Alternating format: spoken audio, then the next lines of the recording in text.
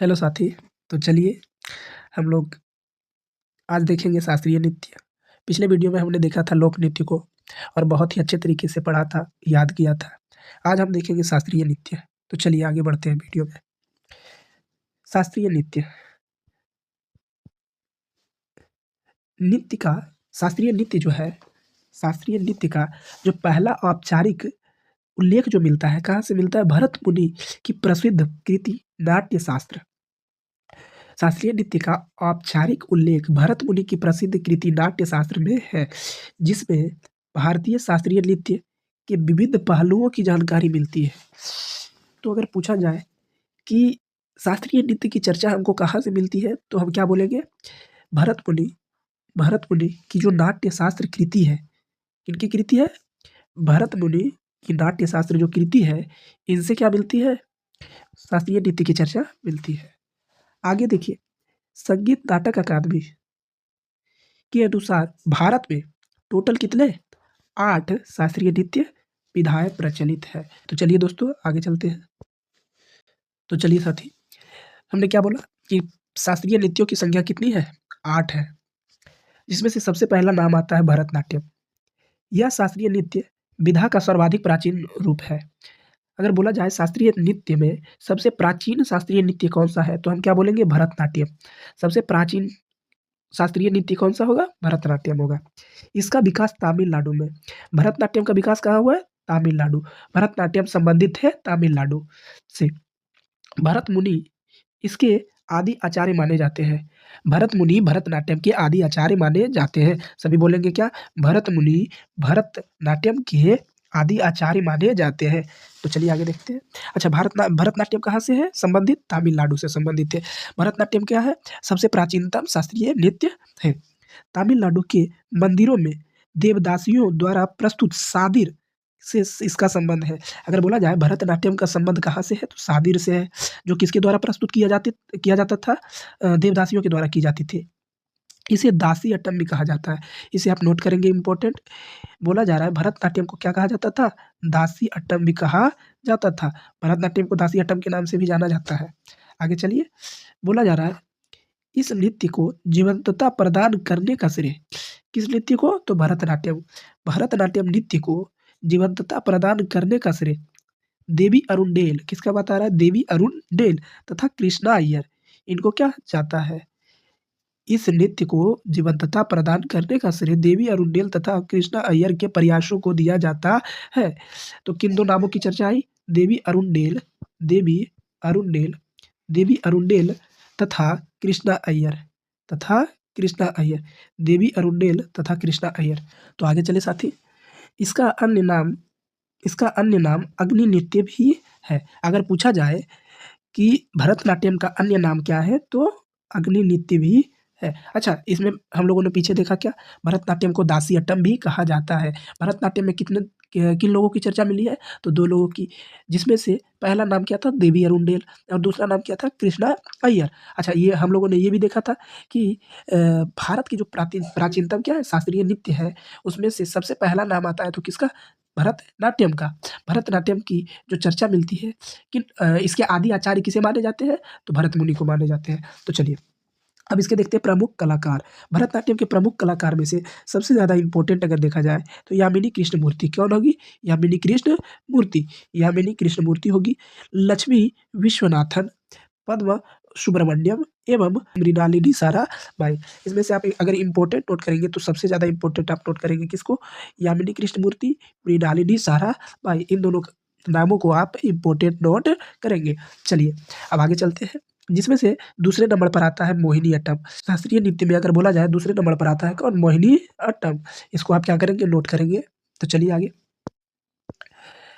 यह केरल का शास्त्रीय नृत्य है। मोहिनीअट्टम कहाँ का नृत्य है? केरल का। हमने देखा था भरतनाट्यम का संबंध कौन से राज्य से था? तो तमिलनाडु से था। मोहिनीअट्टम का संबंध केरल से। यह केरल का शास्त्रीय नृत्य है जो कि एकल महिला द्वारा प्रस्तुत किया जाता है। भारतीय पौराणिक कथाओं में भगवान विष्णु जी द्वारा मोहिनी का रूप धारण करके असुरों का ध्यान भटकाकर अमृत देवताओं को दिया गया था। आखिर मोहिनीअट्टम का प्रारंभ कैसे हुआ था? तो इसकी चर्चा हमको कहाँ से मिलती है? पौराणिक कथाओं में भगवान विष्णु जी ने क्या किया था? मोहिनी का रूप धारण किया था और असुरों का ध्यान भटकाकर अमृत जो था वह किनको पिलाया था? देवताओं को पिलाया था। तो आगे चलें, बोला जा रहा है त्रावणकोर के शासक स्वाति थिरुनल ने मोहिनीअट्टम को संरक्षण प्रदान किया। किनकी चर्चा मिली है? स्वाति थिरुनल की चर्चा मिली है। इसे पुनः जीवित करने का श्रेय इसे पुनः जीवित करने का श्रेय यानी मोहिनीअट्टम नृत्य को पुनः जीवित करने का श्रेय बी.एन. मेनन तथा कल्याणी अम्मा, इस नाम को आप नोट करेंगे साथी, क्योंकि यह नाम बहुत ही ज़्यादा इम्पोर्टेंट है। कल्याणी अम्मा को दिया जाता है। अब आगे देखते हैं, मोहिनीअट्टम में प्रस्तुत प्रमुख वाद्य यंत्र हैं। देखिए, अब इसमें अगर बोला जाए कि मोहिनीअट्टम नृत्य के लिए कौन-कौन से वाद्य यंत्र का उपयोग होता है, जिसमें से कि हम सबसे पहले देखेंगे वीणा, ढोल, बाँसुरी एवं झांझ, इन सभी वाद्य यंत्रों का उपयोग होता है। इन सभी वाद्य यंत्रों का उपयोग होता है। तो आगे चलिए, इसके प्रमुख कलाकार पर अगर ध्यान डालें तो इसके प्रमुख कलाकार में जयप्रभा मेनन, सुनंदा नायर तथा कल्याणी अम्मा, इसीलिए मैंने बोला था कि इसको क्या करें? नोट करेंगे। कल्याणी अम्मा, अगर देखा जाए कल्याणी अम्मा का चर्चा यहाँ भी मिलती है और कल्याणी अम्मा इसके प्रमुख कलाकार के रूप में भी क्या है। चलिए दोस्त, अब आगे देखिए साथी, इसमें मूलभूत नृत्य ताल 4 प्रकार के होते हैं। बोला जा रहा है मूलभूत नृत्य ताल 4 प्रकार के होते हैं। पहला क्या है? तगानम है, दूसरा क्या है? जगानम, तीसरा धगानम एवं चौथा क्या है? शमी श्रम। तो बोला जा रहा था कि इसमें मूलभूत जो ताल होते हैं, ताल की संख्या क्या है? 4 है। पहला, दूसरा, तीसरा एवं चौथा। तो चलिए साथी आगे देखते हैं अब। अगला नाम आता है कथकली। कथकली कथकली भी कहाँ का नृत्य है? तो केरल का नृत्य है भैया। कहाँ का नृत्य भैया जी? केरल का नृत्य है। यह केरल के स्थानीय लोक नाट्य कुडियाट्टम एवं कृष्णाट्टम का प्रेरणा स्रोत है। कितने नामों की चर्चा मिली है? कुडियाट्टम एवं कृष्णाट्टम का क्या है? प्रेरणा स्रोत है, यानी उनसे लिया गया है या फिर ये भी बोल सकते हैं उनसे क्या? प्रेरणा लिया गया है, प्रेरणा उनसे सीख ली गई है और एक नए प्रकार की नृत्य की क्या की गई थी? निर्माण की गई थी, जिसका नाम क्या है? कथकली, हम ये भी बोल सकते हैं। यह नृत्य संगीत, नृत्य और नाटक का अद्भुत संयोजन है। कथकली किनका संयोजन है? संगीत, नृत्य और नाटक तीनों का क्या है? अद्भुत संयोजन है। आम तौर पर पुरुष बोला जा रहा है आम तौर पर यह पुरुषों द्वारा किया जाने वाला नृत्य है। हमने देखा क्या भैया कि केरल में 2 शास्त्रीय नृत्य हैं। सबसे पहला मोहिनीअट्टम। अगर मोहिनीअट्टम की बात करें तो मोहिनीअट्टम किसके द्वारा प्रस्तुत की जा रही थी? औरतों के द्वारा या फिर महिलाओं के द्वारा हम बोल सकते हैं उसी को।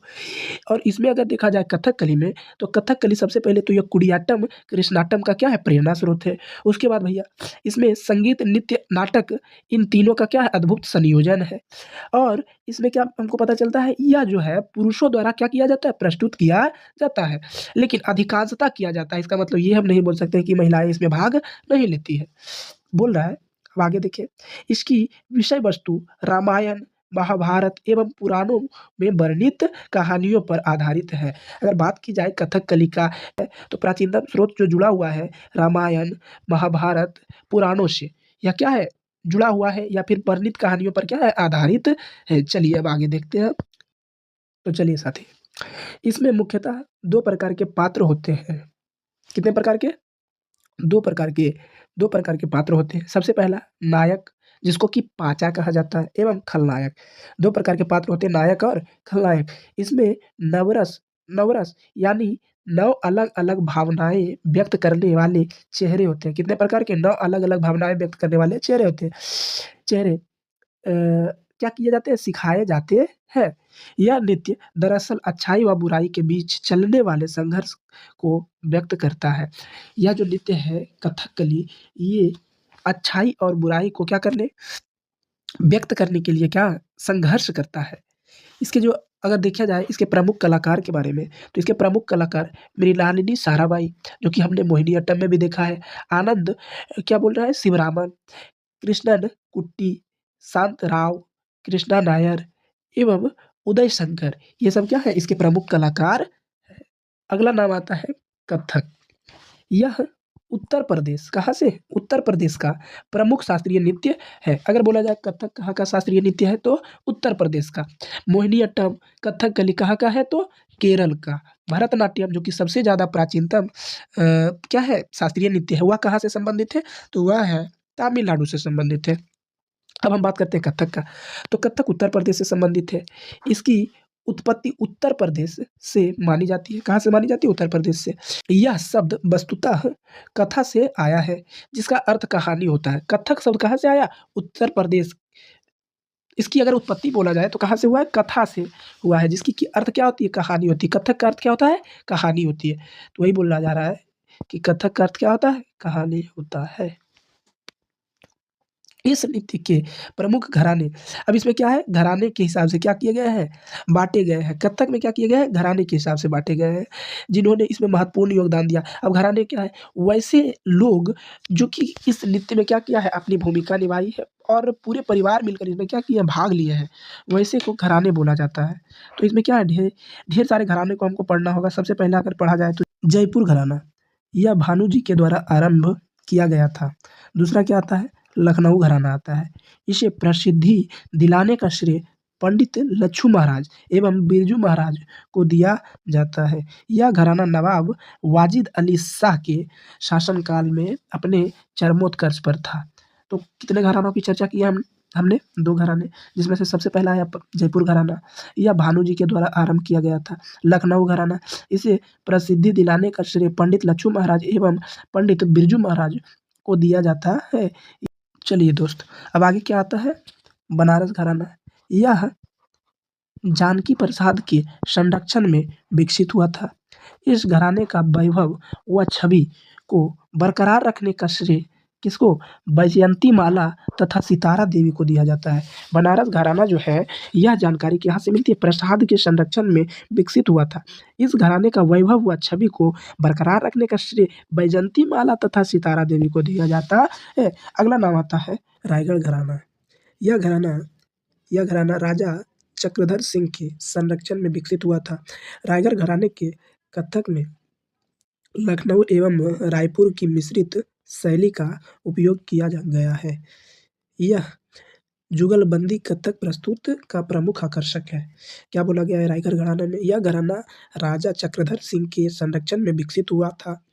रायगढ़ घराने के कथक में लखनऊ एवं जयपुर की मिश्रित शैली का उपयोग किया गया है। यह जुगलबंदी कथक प्रस्तुत का मुख्य आकर्षक है। चलिए आगे क्या आता है? घराने के प्रसिद्ध प्रतिवादक। घराने के प्रसिद्ध प्रतिवादक, जो कि घराने के क्या थे? प्रमुख एवं प्रसिद्ध प्रतिवादक थे। तो चलिए आगे देखते हैं। सबसे पहला नाम आता है बिरजू महाराज का, लच्छू महाराज। ये सब क्या थे? बहुत ही ज़्यादा प्रमुख क्या है? प्रतिवादक है। सितारा देवी है, दमयंती जोशी है। अब आगे देखते हैं। कथक उत्तर प्रदेश की ब्रजभूमि में प्रचलित रासलीला है। तो कथक क्या है? रासलीला है, जो कहाँ से प्रचलित है? ब्रजभूमि से। बोल रहा है रासलीला परंपरा से जुड़ी हुई है। कौन से परंपरा से जुड़ी हुई है? रासलीला से जुड़ी हुई है। अब चलिए आगे देखते हैं। इसे नटवरी नृत्य के नाम से भी जाना जाता है। कथक नृत्य को ध्रुपद तथा ठुमरी गायन के माध्यम से अभिव्यक्त किया जाता है। चलिए आगे देखते हैं। अगला नाम आता है कुचिपुड़ी। अगला नाम आता है कुचिपुड़ी। तो कुचिपुड़ी कुचिपुड़ी सबसे पहले आप याद करेंगे इसको कैसे? कच्चा पूड़ी बोल के, कच्चा पूड़ी याद करने का ट्रिक है कच्चा पूड़ी। तो कच्चा पूड़ी कौन खाएगा? अंधा व्यक्ति। कच्चा पूड़ी कौन खाएगा? अंधा व्यक्ति। तो कुचिपुड़ी नृत्य जो है शास्त्रीय नृत्य, यह कहाँ से संबंधित है? आंध्र प्रदेश से संबंधित है। कुचिपुड़ी कहाँ से संबंधित है? आंध्र प्रदेश से। इस नृत्य का संबंध आंध्र प्रदेश राज्य से है। इसका मुख्य आधार भगवत पुराण। कौन से पुराण की चर्चा मिलती है? भगवत पुराण। इसका मुख्य आधार, कुचिपुड़ी का मुख्य आधार भगवत पुराण है। यह नृत्य शैली मानव शरीर के पार्थिव पार्थिव तत्वों को प्रकट करती है। मानव शरीर के पार्थिव तत्वों को क्या करती है? प्रकट करती है। इस नृत्य के प्रमुख वाद्य यंत्र वायलिन व मृदंग है। वायलिन एवं मृदंग है। वायलिन एवं मृदंग है। चलिए अब आगे चलते हैं।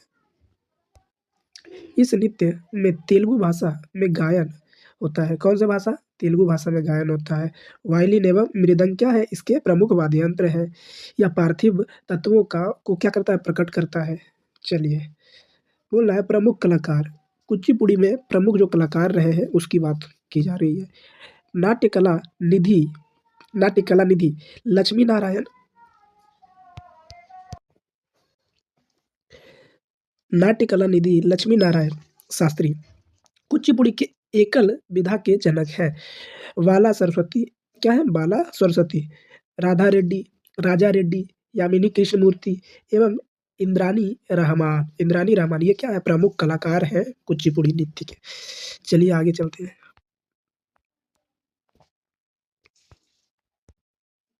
आगे नाम आता है क्या? छठे नंबर पर उड़ीसी। उड़ीसी से आप याद करेंगे ये कहाँ से संबंधित है? तो उड़ीसा राज्य से संबंधित शास्त्रीय नृत्य शैली है।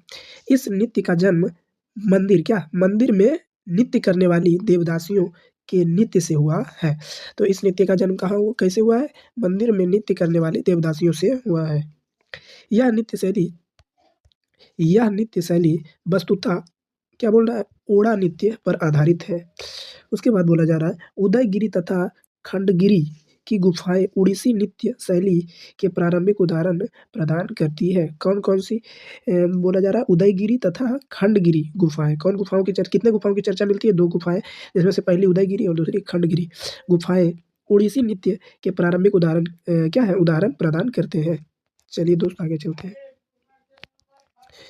आगे बोला जा रहा है इसमें नृत्य मुद्राओं व आसन के उपयोग भरतनाट्यम, क्या बोला? भरतनाट्यम के समान समान ही है। क्या बोला जा रहा है? इसमें नृत्य मुद्राओं व आसन के उपयोग भरतनाट्य के समान ही है। यह नृत्य प्रारूप जल तत्व को प्रतिबद्ध करता है। इसके प्रमुख प्रतिवादक कौन कौन रहे भैया? चलिए देखते हैं। तो इसके जो प्रमुख प्रतिवादक हैं, सबसे पहला नाम आता है गुरु पंकज चरण दास। उसके बाद केलू चरण महापात्र, क्या बोला है? सोनल मान सिंह, सेरोन लोबेन एवं आनंदिनी दास। तो क्या क्या हमने देखा? गुरु पंकज चरण दास, केलू चरण महापात्र, सोनल मान सिंह, सेरोन लोबेन एवं आनंदिनी दास। तो चलिए आगे चलते हैं। 7वां नंबर पे आता है क्या? मणिपुरी। मणिपुरी से आप याद करेंगे ये कहाँ का है? पूर्वोत्तर भारत के मणिपुर राज्य का क्या है? यह शास्त्रीय नृत्य है। मणिपुरी जो शास्त्रीय नृत्य है ये कहाँ का है? पूर्वोत्तर राज्य के मणिपुर क्षेत्र से संबंधित है। यह पूर्वोत्तर भारत की मणिपुर राज्य की एक पारंपरिक नृत्य शैली है। यह नृत्य भारत के अन्य नृत्य रूपों से काफ़ी भिन्न है। यह भारत के अन्य नृत्य रूपों से क्या है? काफ़ी भिन्न है। यह नृत्य वैष्णव संप्रदाय के सानिध्य में विकसित हुआ है। आगे बोल रहा है इसमें विष्णु पुराण, भागवत पुराण तथा गीत गोविंद के कथानकों को नृत्य के माध्यम से प्रस्तुत किया जाता है।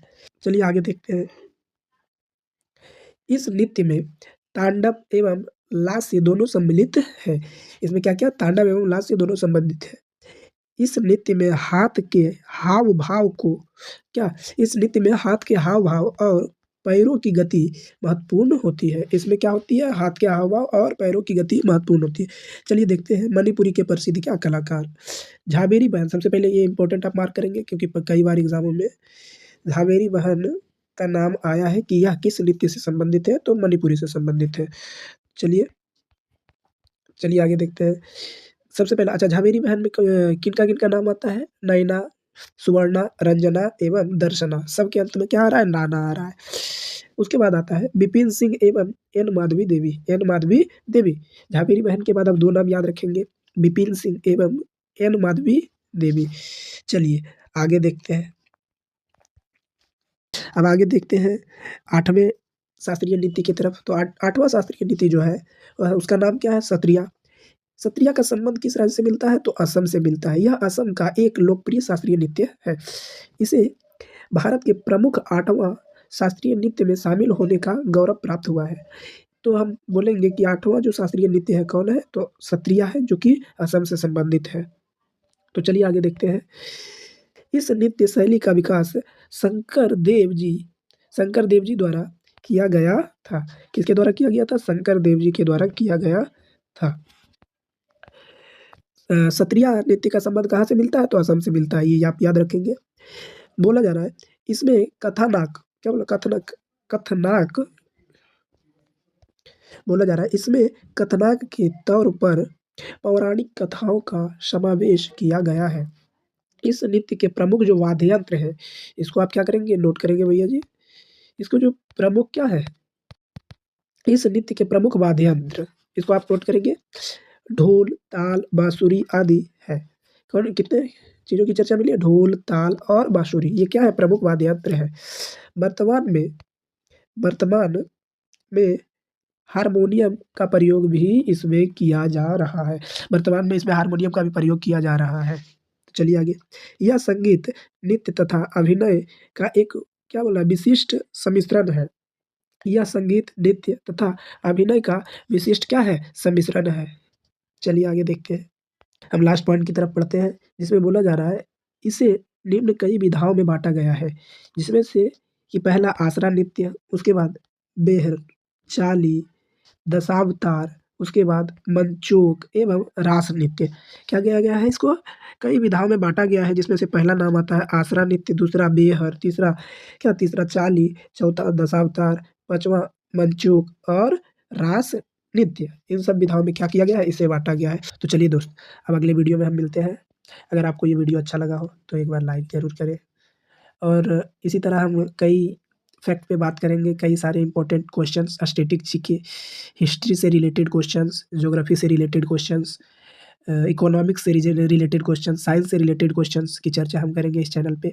तो आप इस चैनल को सब्सक्राइब भी कर लें। तो चलिए दोस्तों, बाय।